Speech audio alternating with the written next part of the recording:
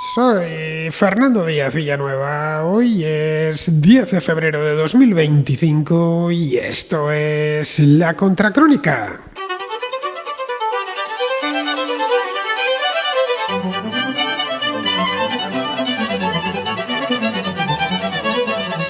Pedro Sánchez anunció la semana pasada su intención de crear el denominado Observatorio de Derechos Digitales, una iniciativa que pretende fortalecer y proteger los derechos de los ciudadanos en el ámbito digital. La idea de Sánchez es parte, mejor dicho, de la necesidad de adaptar los derechos fundamentales a los entornos digitales de nuestro tiempo. Con esto pretende que se garantice que las libertades de las que disfrutamos en el mundo físico también estén protegidas en Internet. El Observatorio de Derechos Digitales estaría gestionado por Red.es, un organismo estatal adscrito al Ministerio para la Transformación Digital y de la Función Pública, que ha firmado convenios con más de 360 expertos en este campo y 150 entidades públicas y privadas del ámbito académico y social. Hasta el momento, esta institución ha supuesto un gasto de 9 millones de euros y podrían ser más si el proyecto crece. Este observatorio se dedicaría a monitorizar, analizar y promover políticas que protejan la privacidad, la libertad de expresión, el acceso a la información y la no discriminación en el ciberespacio. La propuesta llega en un momento en el que temas como la vigilancia masiva, la desinformación, el ciberacoso y la regulación a través de las grandes tecnológicas están en el centro del debate público. La propuesta de Sánchez ha ocasionado las chanzas de la oposición, que ha calificado este observatorio como el enésimo chiringuito creado por el gobierno para colocar a personal afín. Otros han criticado la idea porque si por algo se caracteriza este gobierno es por su obsesión con controlar a los medios de comunicación que le son críticos. Y no solo controlar, el presidente del gobierno ha hablado en varias ocasiones de forma peyorativa de ciertos periódicos a los que ha acusado de militar en la llamada fachosfera. El hecho es que desde Moncloa, eso de que se cree un observatorio para vigilar a los medios y las redes sociales es algo que se mira con sospecha y también con los peores temores por parte de periodistas independientes, creadores de contenido en la red y usuarios de las redes sociales. En España, la libertad de expresión está sobradamente protegida por el artículo 20 de la Constitución, que dice textualmente que, y esto es textual, se reconocen y protegen los derechos a expresar y difundir libremente los pensamientos, ideas y opiniones mediante la palabra, el escrito o cualquier otro medio de reproducción. Con eso debería bastar. No es necesaria más regulación ni más límites que los que fija el Código Penal respecto a los delitos de injurias y calumnias. La discriminación de cualquier tipo también está prohibida expresamente por la Constitución en su artículo número 14. Respecto a la privacidad, la Ley Española de Protección de Datos Personales y Garantía de los Derechos Digitales, que data del año 2018, es una de las más completas del mundo. En estos tres aspectos, como vemos, la ciudadanía está sobradamente protegida. No parece que sean necesarios observatorios de naturaleza política, que todo lo más que podrían hacer es perturbar la labor informativa de los profesionales y complicar la vida a quienes emiten sus opiniones a través de las redes sociales. El tema, como podemos ver, es muy interesante y merece un debate pausado. Para eso mismo nos hemos desplazado Rubén Arrancillo a Huelva, una bonita ciudad del sur de España que alberga el Centro de la Comunicación Jesús Hermida, una institución pionera dedicada a los medios de comunicación y a promover su importancia en una sociedad libre. Esta contracrónica la hacemos en directo con numeroso público presente. Espero que nuestras reflexiones sean del agrado tanto de los que están aquí como de los que nos escuchan a través de la red.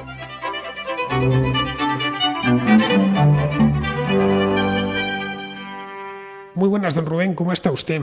Estoy fantásticamente bien. ¿Te gusta estar aquí en Huelva? Me gusta estar en Huelva y gracias de verdad a todo el mundo por venir a escucharnos hablar de algo que está en tan buen estado y goza de tan buena salud como el periodismo. Bonita ciudad y además una ciudad en la que uno no espera encontrarse buen clima, cosa que, aunque los onubenses digan lo contrario, a nosotros nos parece buen clima, espera encontrarse buenas gambas, cosa que tú y yo nos hemos encontrado, pero uno no espera encontrarse una institución como esta, el Centro de la Comunicación Jesús Hermida. Jesús Hermida le conocemos, creo que todos los españoles le conocen, fue un periodista superlativo que falleció hace ya unos años.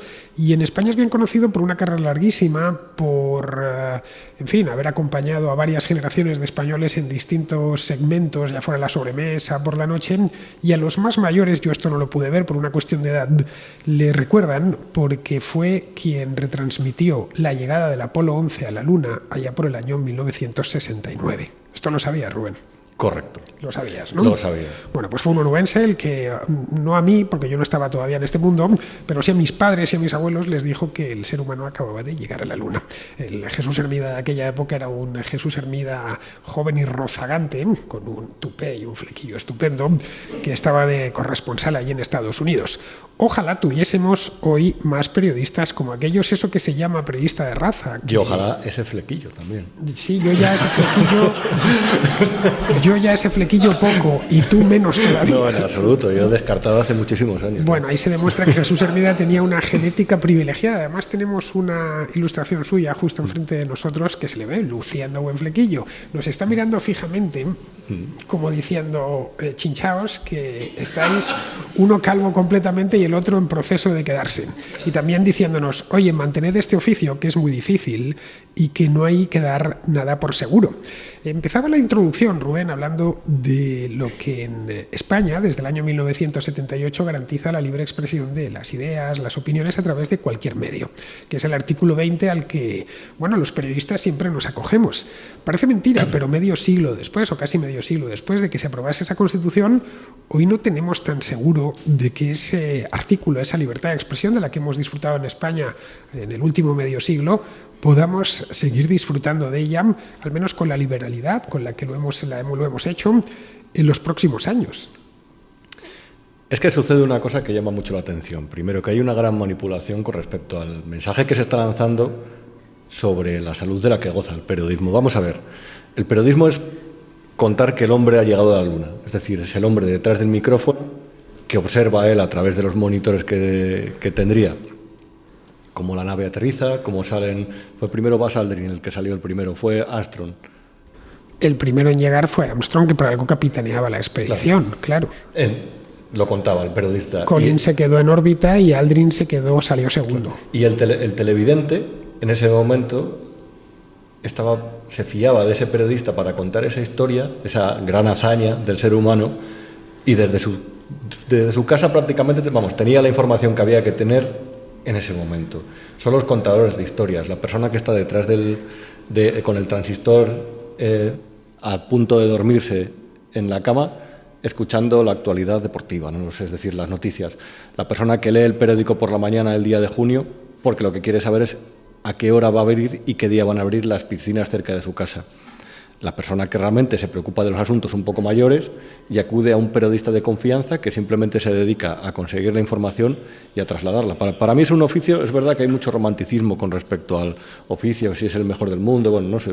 Yo sinceramente creo, cuando veo cómo se levanta un edificio, desde cero siempre pienso que hay oficios mejores. Pero esto es una cosa que tiene su gracia y tiene su alegría, y realmente reporta satisfacciones, porque vas contando realmente lo que sucede alrededor. Y eres una especie, tú siempre dices esa palabra y me parece muy, muy correcta. Eres un artesano que cada día fabrica una silla, fabrica un programa a través de una serie de datos que tú ofreces a las personas que te escuchan. Las personas demandan información sobre algo que les interesa, sobre algo que a ti te interesa, y como se fían de ti, saben que se lo vas a trasladar bien o que es relevante, y se lo ofreces a las personas. Ahora bien, yo planteo una pregunta con la que a lo mejor es un buen punto de partida para el debate. A sabiendas de que fuera del ecosistema tradicional de los medios hay unas posibilidades mayores que nunca en la historia para contar lo que hay, para transmitirlo, para difundirlo, sin necesidad de tener una imprenta, sin la necesidad de tener una antena, simplemente teniendo una conexión a Internet en tu casa y las ganas de contar una historia más o menos ambiciosa, porque una historia simplemente puede ser dentro de un lugar que ha estado deprimido durante mucho tiempo, que han nacido 3 niños en un año. No tienes nada que hacer, nada más que ponerte delante de un micrófono, agarrar tu ordenador y contar la historia. Por eso mi tesis es que el periodismo, pese a todos los problemas y los ataques, vive el mejor momento de la historia y nos están contando lo contrario. Yo creo personalmente que vive el mejor momento de la historia. Lo he dicho muchas veces, en ningún otro... Si Jesús Hermida viviese, quien dice Jesús Hermida dice cualquier otro periodista de hace 40 o 50 años, se quedaría sorprendido por la cantidad de medios que están hoy al alcance del propio profesional y sobre todo de la gente común, es decir, de los que no se dedican a este oficio. Si te fijas, y enlazando con lo que comentaba en la introducción, una de las obsesiones, no solo ya del gobierno español, sino de buena parte de los gobiernos de todo el mundo, es el hecho de que los ciudadanos, tomados de uno en uno, se expresen de manera libre a través de esas herramientas que están siendo y se han demostrado tan útiles, como son las redes sociales, como son los blogs, por ejemplo, los videoblogs, etcétera. Es decir, que hoy para poder hacer llegar un mensaje, para poder contar una historia, no necesariamente tienes que trabajar en un periódico. Y quizá precisamente por eso están preocupados los gobiernos, porque no tienen la capacidad de controlar la información como hicieron en su momento. Claro, mira, hay un ejemplo que me parece muy... A mí me gusta ver mucho los chavales que con muy pocos medios o con medios van creciendo desde cero y, por ejemplo, hacen sus canales de viajes o de gastronomía o de lo que sea, que son cosas que también tienen información de otro tipo, porque no es de los asuntos relevantes, pero que también encuentran un público al que le interesa. Recuerdo una exposición que estuve de Miguel de la Cuadra Salcedo en un museo de Madrid, el Museo de Hispanoamérica, ¿verdad? El que está por Moncloa, se llama... Museo de América. De América, Museo eso América, es. sí, está en Moncloa. Y había unos recortes de periódico de cuando el hombre se fue a la isla de Pascua y empezó a documentar lo que hacían los indios Rapa Nui. Entonces, claro, esas historias no eran conocidas en su época, era más o menos en los años 60 del siglo XX, o por lo menos tenían cierto encanto, cierta gracia. Las cabeceras estadounidenses a principios del siglo XX organizaban expediciones al Congo, al Amazonas, para a partir de ahí que sus reporteros contaran lo que sucedía en esos puntos. Nos trasladamos a lo nuevo. Ya no hace falta la figura del reportero, sino simplemente alguien que tenga la capacidad de viajar, que tenga un canal desde el que quiera contar información, y hay canales de personas que se dedican a informar sobre eso. Es decir, va mucho más allá de los grandes asuntos. Y tú, sin pagar nada, es decir, en YouTube, por ejemplo, puedes ver esos contenidos que te está transmitiendo alguien que ha conseguido abrir un negocio fuera del sistema de los medios tradicionales. No necesita que un gobierno le dé una licencia de televisión, no necesita una licencia radiofónica, no necesita, reitero, tener una imprenta que era cara, que requería la cuestión de imprimirlo, de tener una redacción, de llevarlo de tener un transportista, de tener un kiosco que lo venda. No, eso ya es un proceso realmente que no es obligatorio para transmitir la información. Y por eso yo creo que hay ya no solamente enormes posibilidades de informar, sino también de informarse. Ahora bien, sucede que vivimos, y yo creo que es una clave que merece la pena explicar, en un momento en el que se nos advierte de la desinformación, de los pseudomedios, de los bulos. Yo no sé cuántos de ustedes habían escuchado con tanta frecuencia la palabra bulo hasta hace un año, pero de repente es una palabra bulo. No sé, la palabra del año 2024 fue bulo, es una cosa terrible, mentira, desinformación, las fake news, los pseudomedios, todo es como una advertencia. Como fue también la palabra del año 2017, recuérdalo, que es cuando Trump empezó su primer mandato. Acuérdate, en aquel entonces no se utilizaba el término bulo, sino fake news, que es una palabra horrenda y que suena fatal, por lo menos en español lo de bulo es más ajustado. Eso es, mira, eso es muy curioso, porque entonces la prensa se sumó. Yo recuerdo que estuve en un acto que hubo en Madrid, en el que estaban directores de diferentes cabeceras, entre ellos Antonio Caño, que era el director del País, y hablaban, y eran como astronautas que acababan de aterrizar en un lugar en el que no se estaban explicando absolutamente nada de lo que sucedía, y para ellos todo lo que estaba en sus cabeceras era cierto, pero todo lo que estaba en Internet había que desconfiar de ello, había que porfiar porque estaba en Internet.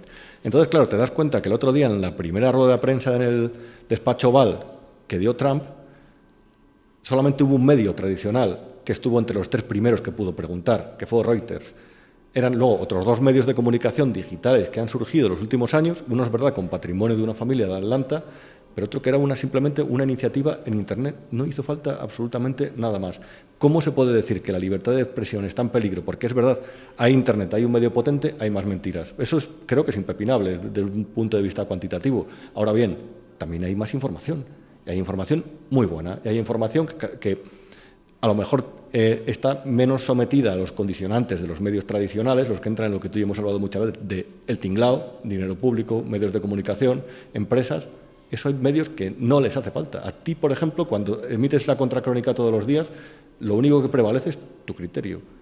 Eso no pasa en muchos medios tradicionales. Bueno, sí, claro, prevalece mi criterio porque yo soy completamente independiente, empezando Claro. por la manera en la que financio este programa, que soy yo mismo, vamos. Yo, pues, con algunos anunciantes que entran puntualmente y poco más, y tengo claro que yo para quién trabajo. Y creo que muchos periodistas han olvidado algo tan elemental, y es que uno escribe o habla o habla por televisión con la idea de que haya otra persona delante. En el momento en el que esa persona pierde la credibilidad en ti, has perdido tu principal capital.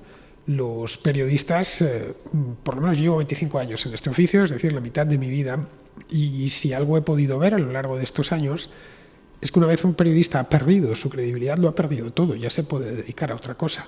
Pero como al menos en el ámbito de la información política, hay otros tipos de información, como puede ser la deportiva, la de los ecos de sociedad, los sucesos, tal, estamos hablando de información política, como todo se ha trincherizado, no hay esa merma de credibilidad, en tanto que muchos profesionales se dirigen exclusivamente a satisfacer el sesgo de confirmación de una parte de la audiencia, la que está en su trinchera.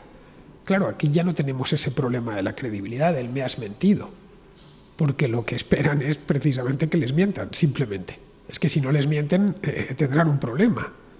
No hay cosa peor que ese periodista que sabe que lo que está diciendo no es cierto, pero que lo tiene que decir porque su público, lo que él considera su público, espera que se comporte de esa manera. Yo cuando lo veo me produce una lástima tremenda. Claro. ¿Me puedo poner un poco filosófico? Ponte, es lo que está esperando aquí. Me vais a perdonar. Es lo de la sociedad líquida, ¿no? Es decir, vivimos, parece a veces, pisando unas aguas movedizas, no nos explicamos muy bien porque no tenemos el firme tan firme debajo de nuestros pies, y muchas veces lo que acude la gente a los medios es para que le confirmen lo que sospecha, que le genera una inseguridad. Es prácticamente como una consulta al psicólogo muchas veces. Entonces, claro, ahí entra el periodista que ya son formas de corrupción, vamos a llamarlo así. El periodista que ha visto que a lo mejor ya, como no hay un camino de vuelta, porque ya no le van a considerar independiente nunca, tiene que explotar eso, tiene que explotar su sesgo. Entonces, claro, de repente ves que hay personas que en una televisión pública están cobrando 450 euros por tertulia y eso te catapulta hacia una nueva vida que no es la del periodista que siempre soñaste, pero la del periodista que tienes que ser en un momento dado porque es el que reclama una audiencia que se siente insegura por el suelo por el que pisa. Y es un ejercicio de corrupción gigantesco y de deshonestidad gigantesco. Y realmente tampoco es la tarea del periodismo. Ahora bien, mira, hacía una cuenta para una cosa que había publicado hoy. Los informativos de televisión los ven solamente ya 5,4 millones de personas al día. Esto lo llevabas sí. En el Independiente hoy. Hace unos años era 6,8 millones. Esa gente, podemos pensar que se ha dejado de informar, estos 1,4 millones de ciudadanos. O también podemos pensar que ha acudido a otros medios a informarse. Y cuando uno, esto es una deducción que creo que es muy simple, cuando uno camina sobre un terreno tan pantanoso, tan movedizo, no busca dejar de informarse. A lo mejor lo que ha hecho es acudir a otras plataformas que confirmen su sesgo, o a lo mejor porque ha encontrado otras respuestas que lo que le ayudan es estar seguro con más verdades. ¿Por qué? Porque, reitero, hay más canales que nunca y hay más posibilidades de estar informado que nunca. Y, ojo, no solamente lo han notado los espectadores, entre el 45 y el 50% de los anunciantes, entre el 45 y el 50% de los anunciantes ahora están en redes sociales, están en YouTube, están en Google, ya no están en los medios. Y una parte de ellos están en los nuevos informadores.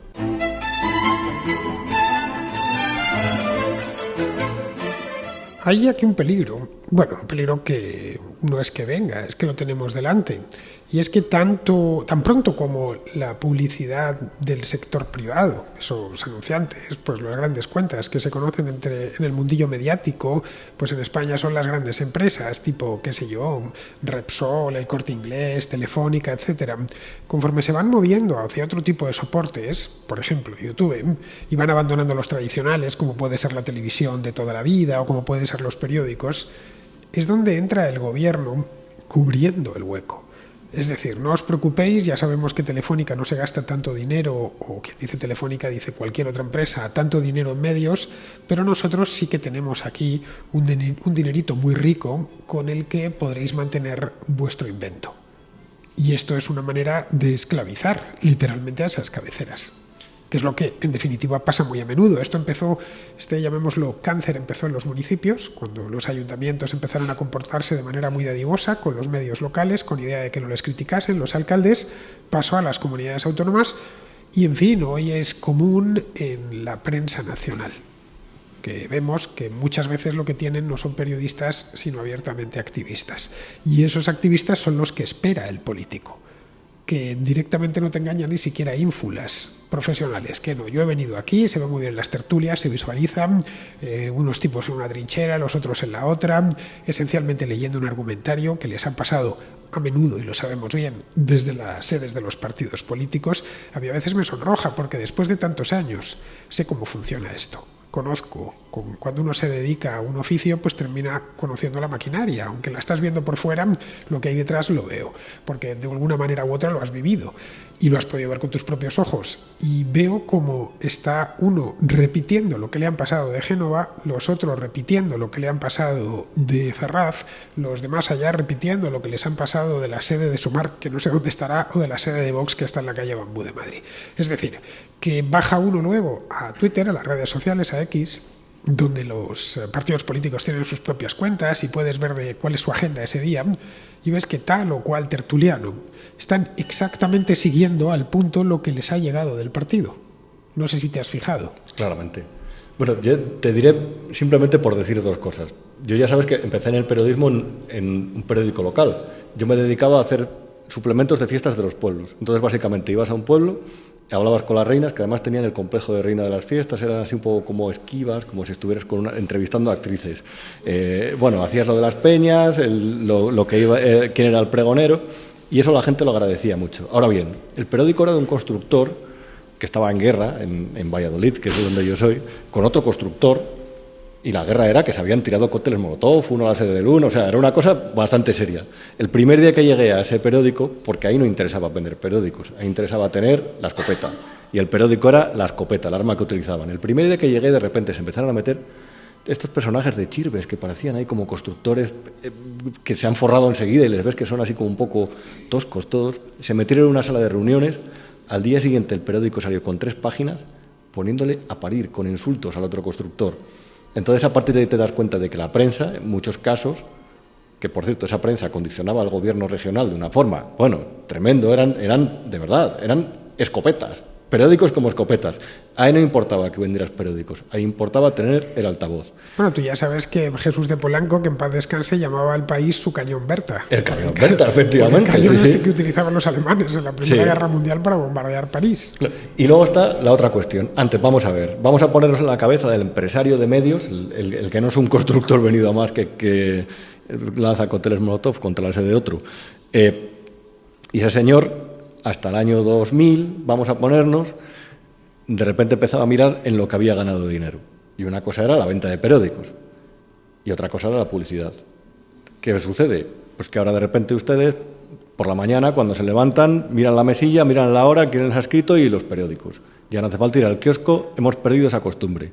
Y esos ingresos de los periódicos se han perdido. ¿Qué han hecho las administraciones? Venid para aquí, no os preocupéis. Con el dinero público, con el de la publicidad institucional, vais a compensar una parte de lo que habéis perdido. Y eso ha hecho a los medios tradicionales, reitero, más esclavos del poder. Entonces, claro, el otro día veía, esto lo reparten todas las administraciones, esto no es una cuestión de partidos, todas tienen sus partidas de publicidad institucional y todas son completamente parciales a la hora de repartirla. Premian a los amigos y cuentan que no, que hay agencias de medios, que no, a los amigos. Este año van a repartir 161 millones de euros en campañas, pero en campañas que son pura propaganda cutre. O sea, no te creas que está ni siquiera el asunto especialmente bien motivado. 161 millones de euros en campañas a la prensa, a los que se suman las empresas públicas, las AENA, Renfe, etcétera, otros 109 millones. El año pasado, cuando el presidente del Gobierno había emprendido una batalla contra los medios críticos por una cuestión que es muy sencilla de explicar, y es que se había visto débil en el poder y había emprendido una batalla para intentar fortalecerse, un movimiento que hacen todos los gobiernos en algún momento cuando se sienten débiles. Claro, yo hablaba con empresarios de medios y me decían, pues mira, este año había cobrado 500.000 euros en publicidad de empresas públicas y el año siguiente solamente 0. Entonces, pues a lo mejor tengo que echar a 2 periodistas y prescindir de la agencia EFE, del servicio de la agencia EFE. ¿Qué significa eso? Bueno, en otras regiones ha sido demoledor, o sea, regiones como Cataluña es que ha habido repartos, yo veía siempre que repartían una revista que era religiosa y otra de rock and roll. Decía, vale, pues no sé para qué les dan tanta publicidad a estos. Cuando llegó la parte del referéndum del 1 de octubre, todos escribieron a favor de los argumentos del gobierno de allí. Y esto, reitero, son 2 ejemplos, pero lo hacen todas las administraciones. Y eso lo que hace es, como los medios, los formatos tradicionales se han desgastado y no dan tanto dinero, el poder ha tomado esa posición y se ha convertido en el principal anunciante del país. Y esto es una cosa que la gente muchas veces cuando lee la prensa o ve la televisión no lo sabe. Pero esto es una cosa que ha degradado el producto. Sí, las famosas grandes cuentas. La principal cuenta de anunciantes en España hoy es la administración, dividida ya sea administración nacional, autonómica, municipal, de los consejos insulares en Baleares y los cabildos en Canarias o directamente de la Unión Europea. Pero cualquier medio de comunicación, y cuanto más grande, más se fija en eso, a los primeros que cortejan no son a las empresas del IBEX 35. Hoy por hoy es a las administraciones, que es de donde va a venir la continuidad de su negocio. Y es por donde está yendo Pedro Sánchez, si te fijas. Lo suyo es palo y zanahoria. La zanahoria es este plan que ha hecho de no se sabe bien qué cosa digital. Bueno, va a repartir 124 millones de euros, 124,5 para que los medios se digitalicen. Pero que los medios llevan digitalizados pues desde que yo tenía pelo por volver a hacerlo. Claro, los medios estaban digitalizados ya hace 25 años, os lo puedo garantizar, ya existían los medios digitales. A ver, Internet no iba tan rápido y no era la cosa tan sofisticada, pero hablar hoy de Internet como algo nuevo, pues a mí me cuesta. Yo llevo, y ya tengo un montón de años, os lo aseguro, y llevo toda la vida con Internet. Claro. Yo tuve mi primera cuenta de correo en la universidad, y estamos hablando de los años 90, y que sigan hablando de Internet como las nuevas tecnologías, pues no sé, es como si dices que el ferrocarril es una revolución en el transporte. Pues sí, caray, lo fue, pero en 1850, pero no ahora. Pues a Internet le está pasando lo mismo, pero siguen agarrados a esa historia. Claro, la cuestión es cómo los medios han desarrollado esas dependencias, porque entre quebrar y sobrevivir a costa de ser más dependientes del poder, han optado una buena parte por sobrevivir siendo dependientes. Habéis abierto un hueco en el mercado. El mercado siempre funciona de esa forma y funciona muy bien cuando lo dejan libre. Se ha abierto un hueco para gente que da información y que no tiene ese condicionante. Y la gente, el público, al que tanto los poderes intentan pastorear, llevar de un lado a otro, menospreciar la inteligencia de los ciudadanos, son sabios y realmente al final eligen donde mejor se informan. Y eso le ha preocupado a los gobiernos de todo el mundo, porque han visto que una parte del mensaje, la propaganda es una herramienta fantástica, porque no hay que disparar nada. La propaganda va automática, simplemente tienes que disparar mensaje, no tienes que matar a nadie. Entonces es fantástico, es una herramienta maravillosa, la han utilizado todos los gobiernos. Y una parte que explica la propaganda es que los medios de comunicación se han prestado a difundirla. Ahora bien, los creadores independientes, que son en realidad periodistas independientes de Internet, no se ciñen a esa norma. Y eso es lo que preocupa al poder. Ahí se inició la batalla contra las noticias falsas, contra las fake news, pero eso se inició porque había gente que estaba informando fuera del sistema mediático y tenía mucha potencia. ¿Que algunos cuentan mentiras? Sin duda. ¿Que algunos responden a los intereses de otras potencias que intentan desestabilizar? No tengo ninguna duda. ¿Que algunos dan mejor información que los medios tradicionales? Todavía tengo menos dudas. Pero eso es imposible de acabar con ello, a no ser que creemos o que implanten desde arriba, porque eso desde abajo nunca se va a aprobar, un sistema de control. A veces no tenemos en cuenta que hay muchos lugares en el mundo que no es que haya censura, que la hay por supuesto, sino que directamente ni se puede acceder a ciertos medios. Es decir, antiguamente, cuando uno quería censurar un periódico, pues se secuestraba la edición. Esto se hacía, por ejemplo, en el franquismo, sobre todo después de la ley de prensa del año 66, que eliminó la censura previa, y eso implicó que si a un director se le iba la mano, pues llegaba el ministro de Información y Turismo y secuestraba la edición. A algunas revistas, como el Cambio 16, pues le pasó en alguna ocasión. Antes de eso, directamente es que había que pasar al censor a que te visase el periódico, la revista, o al día antes, porque si no, no se publicaba. Bien, eran pocos los medios que había, unas pocas revistas, unos pocos periódicos. La radio, al menos en tiempos de Franco en España, no daba información. La radio privada solo daba concursos y radio de entretenimiento, deportes y tal, y la información estaba exclusivamente reservada para la Radio Nacional de España. Televisión solo había una, entonces era, digamos, un entorno mediático fácilmente controlable. Claro, la actual es mucho más difícil de controlar si dejas la mano de la oferta abierta. Otra cosa es que hagas como han hecho en China y que parece ser que es la inspiración de algunos gobiernos occidentales, no diré del nuestro, pero por algunas cosas que dice y que hace, parece que sí es la inspiración, que es la de meter mano precisamente ahí. Es decir, que directamente no podamos acceder a ciertas redes sociales, en una palabra, o que no podamos acceder a ciertos medios porque se les ha calificado de estar contra los derechos democráticos o de promover el odio. Eso es un peligro porque directamente eliminas el acceso al mercado. cosa que en tiempos de Franco, por ejemplo, tenía todo el mundo. Te podían secuestrar la publicación o podían decirte el censor que esa noticia no pasaba, o te tachaba unos cuantos adjetivos que no podías poner. Pero aquí directamente ya no te dejan ni concurrir al mercado. Es lo que sucede en China, por ejemplo, donde si vais a China, pues veréis que al llegar allá al aeropuerto de Pekín o de Shanghái, pues vuestro Facebook en el móvil no carga. O X por supuesto tampoco, pero es que YouTube tampoco. Necesitáis hacerlo a través de unos proxies, unas VPNs, vamos. Bien, para algunos políticos occidentales eso parece una solución no del todo mala. Bueno, de hecho es a lo que se encamina ese mensaje de la tecnocasta. A ver, hay una cosa, un pensamiento que se me había quedado antes que no quiero que se me olvide, porque después de todo esto hay una cuestión que es muy básica. Los gobiernos siempre se preocupan de que se censuren las cosas que les afectan a ellos. Pero vamos, yo no lo sé cuál es tu rutina, Fernando, cuando viajas por algún lugar. Pero yo cuando voy a Valladolid, lo primero que hago es comprar El Norte de Castilla, la estación, que es el periódico de allí. Y lo primero que hago cuando agarro El Norte de Castilla es algo que aprendí de mi familia, una de las cosas que viene de herencia. Las esquelas. Las esquelas, la página de las esquelas. Lo sabía. Exacto. Luego la programación y luego la sección local. La del Real Valladolid últimamente no la abro porque no hace falta, porque vamos, últimos es una cosa terrible, son malas, no quiero recibir esas malas noticias.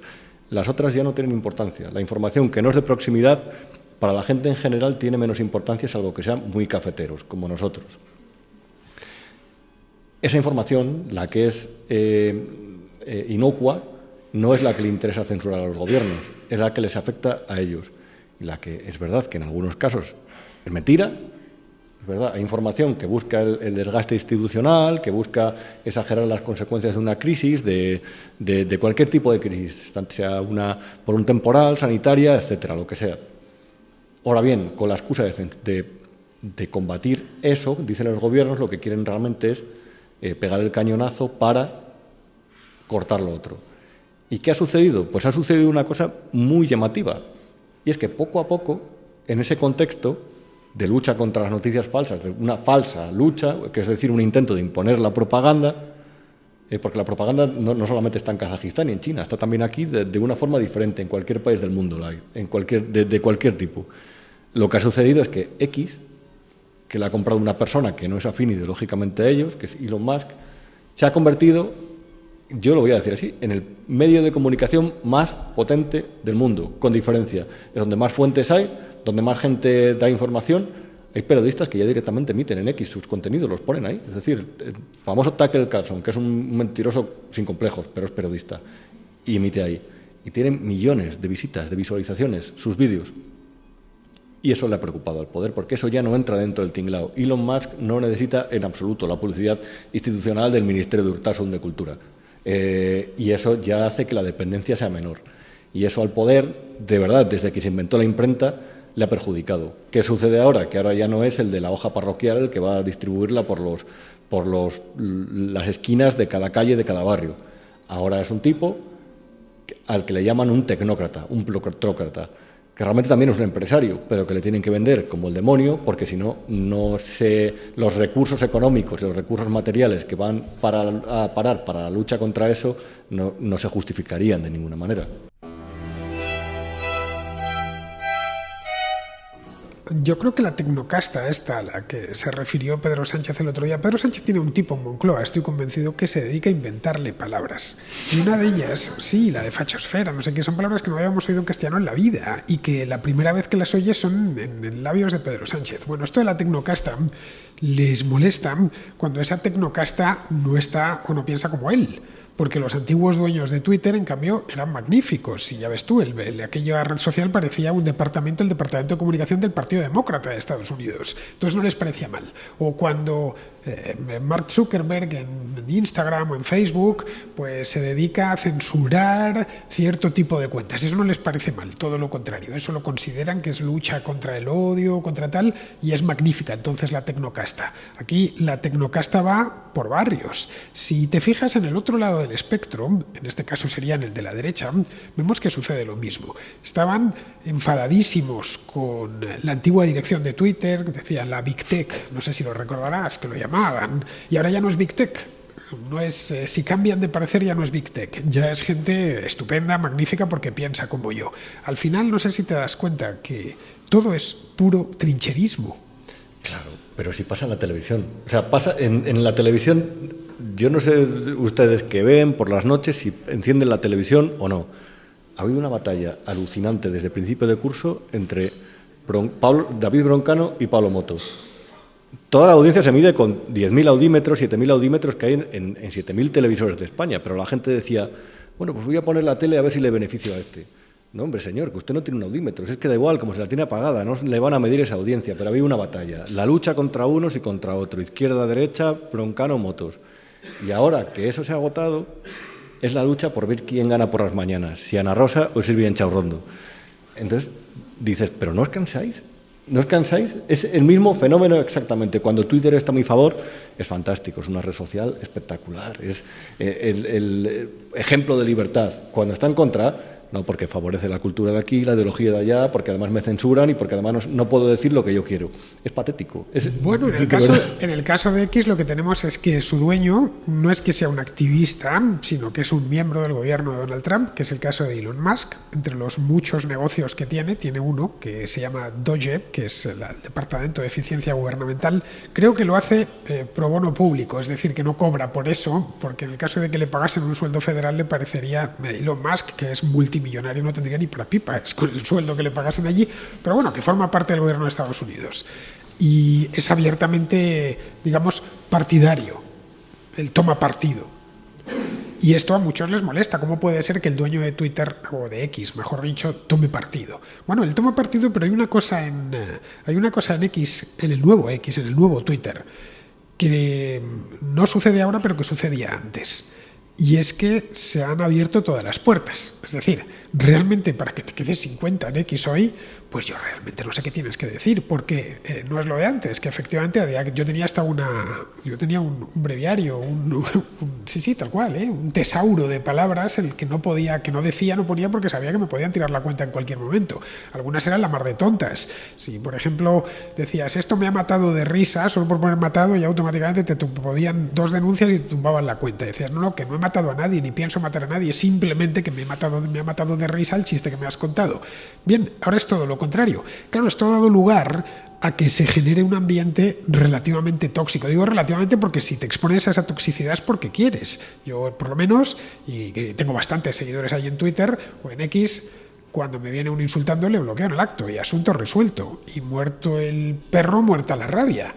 Ya sabes que ha habido todo un movimiento en los últimos meses por parte, sobre todo, de personalidades de izquierda, diciendo que se marchan de allí a una nueva red que está distribuida que se llama Blue Sky, porque no les gusta el ambiente.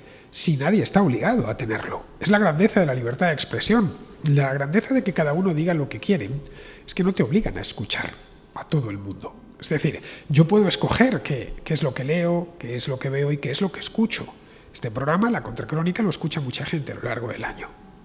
Y lo escucha quien quiere. Yo no obligo a nadie a escucharlo. Yo no tengo ningún monopolio. Escucha al que tengo al otro lado es porque ha decidido pues ponérselo en el móvil o en el ordenador y escucharlo porque le interesa el tema que estoy tratando, porque le gusta cómo cuento las cosas, por las razones que sea. Yo ya las desconozco. Cada uno tendrá las suyas. Pero no le obliga a nadie. Que puede ser que mis programas molesten a alguien. Bueno, pues es tan simple como que no los escuches. Y asunto resuelto. ¿Ves qué fácil? Como yo no escucho lo que no me gusta o no veo lo que no me gusta. A mí, por ejemplo, no me gusta el boxeo y estos deportes de contacto. No me agrada, no me gusta ver a la gente pegarse. Bueno, pues es tan simple. Hay un luchador, es un forzudo que, ¿cómo se llama? Ilia Topuria, que está muy de moda ahora. Entonces, a mi amigo Sergio, un tío blanco hetero, le gusta mucho. Y me dijo un día, me estuvo ahí diciendo, no, tienes que verlo, este tipo es una leyenda. Y me puso ahí en su casa unas imágenes. Le dije, Sergio, que no quiero verlo. Que me desagrada ver a un tipo pegar a otro en la cara, sinceramente. Sin guantes, se pegan sin guantes. Sí, una cosa loca, parece una pelea de estibadores de puerto. Bueno, pues sí, una cosa loca. Y le dije, no me interesa. Pues ya está, no tengo que ver a Ilia Topuria, le respeto mucho, entiendo que hay gente que le gusta eso y que le va y tal, y todo perfecto. Es lo mismo que con el toreo. Entiendo que hay gente que le gustan los toros y que va allí a la plaza, a las ventas y bueno, y disfruta. Pero ya a mí nadie me obliga a ir a los toros. Como yo no obligo a los demás a hacer lo que a mí me gusta hacer, resumidas cuentas. Bien, con X, el X actual, lo que vemos es que es cierto que hay mucho radical de todo tipo, pero a nadie le obligan a ver o a leer ese tipo de post o de información. Claro. O sea, ha habido un cambio, hay una disimetría evidente. Pero vamos a ver, aquí es que están intentando camuflar lo evidente. Todo tiene una utilidad. La gente no ve algo si no es útil. Tú no te compras algo por muchos anuncios que te lancen si no te va a servir de algo. Y una de las grandezas, y digo grandezas con letras mayúsculas, de Twitter, al igual que de otras redes sociales, es que cuando hay algo urgente, hay una Dana en Valencia y ahí tienes toda la información en tiempo real. Información de proximidad. Si vives ahí, ahí la tienes. Recuerdo con los atentados de París. La información, mientras las televisiones, mientras el reportero va, se desplaza, se moviliza, el jefe le da el visto bueno. En Twitter ya tienes toda la información. Y es cierto, hay cosas que son mentiras y hay gente que intenta manipular, pero hay muy buena información de primera mano a la que puedes recurrir rápido. Y ahí está el sentido principal, el primordial del periodismo, en contar lo que a la gente le interesa. Y lo que a la gente le interesa, y esto es una teoría que no sé si compartirán, es muy personal, digamos que el máximo interés es lo que más cerca está de ti y a partir de ahí se va difuminando. Lo que sucede es que muchas veces se generan burbujas. Estamos viendo estos días, yo sinceramente, el último mes he escuchado más hablar de Donald Trump que de mi madre, y hablo con ella todos los días. Está en todos los informativos. Y para un tipo que vive, no sé, en mi barrio de Madrid, no le influye absolutamente nada en su día a día, en su toma de decisiones, o muy poco, digamos, la última decisión que haya tomado Trump sobre el deporte femenino. Pero se les habla de ello durante mucho tiempo. Y hay un día en el que los medios dicen, ahí va, pero si es que hemos perdido la mitad de los ingresos. ¿Qué ha pasado? Bueno, pues que has hablado de lo que otros querían, porque ahora una de las cuestiones que les interesa a determinados gobiernos es que se hable mucho de Donald Trump, porque es un enemigo a batir. Y hay gobiernos que en situaciones de debilidad siempre necesitan un enemigo. Hay enemigos que vienen muy bien. Cuando te aburres en la vida siempre necesitas a un enemigo para decir, bueno, ya está, ya tengo un vecino aquí al que mirar y al que intentar hacer la puñeta. Cuando eres un gobierno débil, te sucede muchas veces eso. Buscas enemigos para intentar fortalecerse porque necesitas argumentos, necesitas discursos. Cuando eres un medio de comunicación y copias esa dialéctica... Claro, pero eso es un mal consuelo, Rubén. Es como si le dices a tu novia, sí, sé que yo soy muy mala pareja, soy un desastre, salgo por las noches, vuelvo a las tantas, no te hago ni puñetero caso, pero piensa que otros serán peores. Lo que está diciendo el gobierno es eso, claro. Sí. Es yo soy muy malo, pero bueno, este tipo es peor, ¿no le veis? Claro. En el fondo es eso, es un poco la técnica del maltratador. ¿Dónde vas a estar mejor que conmigo? Claro. Lo que nos está diciendo es eso, en esencia. Pero por eso esa técnica en realidad es una especie, es como un ruido, es algo que te genera un efecto muy chocante al principio, porque te dicen, Trump va a hacer esto, ostras, madre mía, me va a cambiar la vida directamente. Pero luego cuando salgas a la calle y veas en un portal la esquela impresa, lo primero que vas a hacer es acercarte a ver la esquela. Y si no la ves en el portal, que es lo que más cerca tienes, la vas a ver en el periódico. Y si no te lo cuenta el periódico, cuando hay algo importante fuera de tu casa, un suceso, yo que sé, un atropello. Un atropello es una cosa muy típica, que muchos nos han dicho, ha habido un atropello cerca de tu casa, y dices, voy a ver, un incendio. Y lo primero que haces es entrar en Twitter. Ya no bajas a comprar el periódico al día siguiente. Por eso, por mucho que lo censuren, Twitter tiene el valor de que ofrece algo que no ofrece también el periodismo, pero que se llama también periodismo.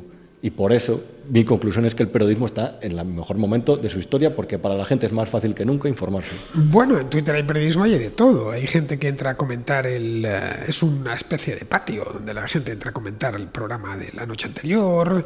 Estos programas horteras que hay en televisión, lo de las tentaciones y no sé qué, pues ves que son al día siguiente, son trending topic. Y hay millones de personas ahí comentando el programa del día anterior. Se comentan los conciertos, se comentan los partidos de fútbol. Digamos que es algo parecido a un ágora. Y en los ágoras, en las plazas, hay de todo. Y no puedes intentar. Está el mendigo borracho, está el que le da por cantar con una guitarra, está el filósofo en una esquina que tiene unos cuantos discípulos, están los niños jugando a la pelota. Bien, no puedes quitar ninguno de los elementos so pena de que te quedes sin la plaza. Eso es. No sé si te parece a ti que las redes sociales son en esencia eso, cada una con su naturaleza intrínseca. Ya sabéis que Facebook funciona de manera muy distinta a X o Instagram también. Podríamos irnos a otras como Pinterest, porque aquí estamos centrándolo todo en X, pero son muchas las redes sociales. De hecho, X es de las grandes redes sociales la que menos usuarios tiene, pero en la que más se despachan asuntos políticos. Quizá por eso lo focalizan todo en ella. Claro. También lo focalizan mira, hay por ejemplo un chico que da noticias, es un tipo que va con un gorrito muy raro, así con unas gafas, y que se ha inventado una especie de género que es contar noticias internacionales o cosas que han pasado con un tono de voz así como muy exagerado, y el tío tiene mucho público. ¿Es periodismo per se, periodismo mediático, que alguien que haya llamado una fuente a otra, la haya contrastado y la haya puesto ahí? No, pero es un tipo que cuenta muy bien cosas que han pasado, las analiza, y lo hace de una forma que le gusta mucho a los chicos jóvenes, porque él tiene un público muy joven, lo ha reconocido. Bueno, hicieron un reportaje en una cadena de radio, la cadena SER, sobre las mentiras en Internet y el riesgo de manipulación en Internet. La cadena SER. Entonces, con todo mi respeto, vamos, no quiero hablar mal de nadie, y ya lo he hecho una vez más. Y pusieron la voz de este chico, y claro, dijo... Me acuerdo que vi un vídeo suyo y decía, me citan en la cadena SER como ejemplo de manipulación, pero si yo realmente aquí estaba explicando un poco lo que ha pasado aquí, estaba explicando lo que había pasado con Hezbollah. Dice, yo he cogido noticias, unas de prisa, otras de aquí y de allá, y se le ha ofrecido al público que no sabía lo que había pasado y quería un resumen en 3 minutos. Entonces, ¿de qué estamos hablando? Lo que hay es una batalla, primero, política, porque se les escapa el control del discurso, y empresarial, porque a los medios tradicionales se les escapa el público y los anunciantes. Y más allá de todo eso, creo que lo que hay es una especie de discurso que es menos importante. Lo importante es la pasta y el poder, lo demás. Bueno, vamos a ir terminando. Vamos a terminar con Rubén. Llevamos ya más de 3/4 de hora aquí hablando. ¿Tú cómo ves llevamos meses desde los famosos 5 días de asueto que se tomó Pedro Sánchez allá por el mes de abril del año pasado, hablando de bulos, de noticias falsas, de que el problema que hay en el odio en las redes, de que a esto hay que meterle mano, en fin? Yo ya estoy harto, creo que además de esto hemos hablado varias veces todos. Entonces, lo de la tecnocasta, esto es lo último que nos lo soltó, creo que fue el miércoles pasado. ¿Crees que esto puede conducir a algún lado? Porque, como te comentaba en el tren cuando veníamos, que tú me decías, no, pero su intención es efectivamente vulnerar nuestro derecho a la libertad de expresión. Le dije, bueno, ¿y cómo se va a saltar el artículo 20? Porque el artículo 20 lo he leído en la introducción. Es que es explícito en su formulación. No cabe interpretación alguna. Te lo puedo volver a leer. Se reconocen y protegen los derechos a expresar y difundir libremente los pensamientos, ideas y opiniones mediante la palabra, el escrito o cualquier otro medio de reproducción. Ya, pocos artículos son tan claros en la Constitución española. Bien, ¿cómo se puede saltar esto? Ese derecho, por cierto, es muy curioso porque, y en muchas sentencias que la gente aburrida como yo os he leído, se reconoce a emitir y a recibir. Eso es lo que hace que censurar los medios también sea más complicado, que también se le reconoce al ciudadano el derecho a recibirlo. Ese matiz es muy importante. Yo cómo lo veo realmente, porque es verdad que tu discurso en el tren era impecable. Es decir, Europa va a impedir casi cualquier intento de censura o casi cualquier intento de huida hacia adelante que implique determinada censura, por ejemplo, de redes sociales como X. Entonces, como compro ese discurso, porque tienes toda la razón, lo que veo aquí es que esto va a derivar en un par de reformas legales que son de la ley que regula el derecho a rectificación. Es decir, si un día un periodista publica en un periódico no sé, que le ha robado y tú no has robado nada, que puedas mandar un escrito al periódico y decir, solicitud de rectificación porque yo a usted no le he robado nada y además lo voy a denunciar. Y la ley del derecho al honor. Y lo que entiendo que quieren hacer es endurecer las penas. ¿Qué va a derivar todo esto? Primero, en 2 cosas. Autocensura. La autocensura es el principal mal del periodismo, que tú temas a publicar por lo que te pueda llegar a pasar. Antes de que nadie te diga nada, de que tu jefe te diga nada, de que un político te diga nada, o de que directamente te pongan una querella, como el coronel me amenazó en su día. Y lo que el coronel Tapioca te amenazó. El coronel Letrinas, sí. No, que me la va a querer poner a mí. Me la va a querer poner a mí también. No me refiero a nadie en concreto, además. Y la segunda consecuencia que ha tenido, y es untar con dinero público a los medios que hablan bien de él, con la excusa de que hay medios que hablan mal de él. Ya está.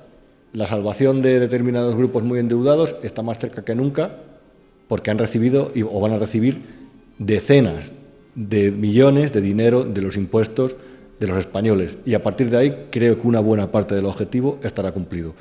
Asustar y repartir. Bueno, a mí me parece pan para hoy, hambre para mañana. Es decir, que si lo que pretenden es salvar este año y el que viene, mal asunto, porque cuando uno tiene una cabecera, pues espera seguir viviendo de esto. Es como si a mí me dicen, te voy a conseguir que puedas hacer la contra este año y el siguiente, ¿no? Y al otro, que todavía me queda mucha carrera por delante, que yo necesito algo que me solucione el trabajo pues hasta el día que me jubile, no 1 año o 2 años.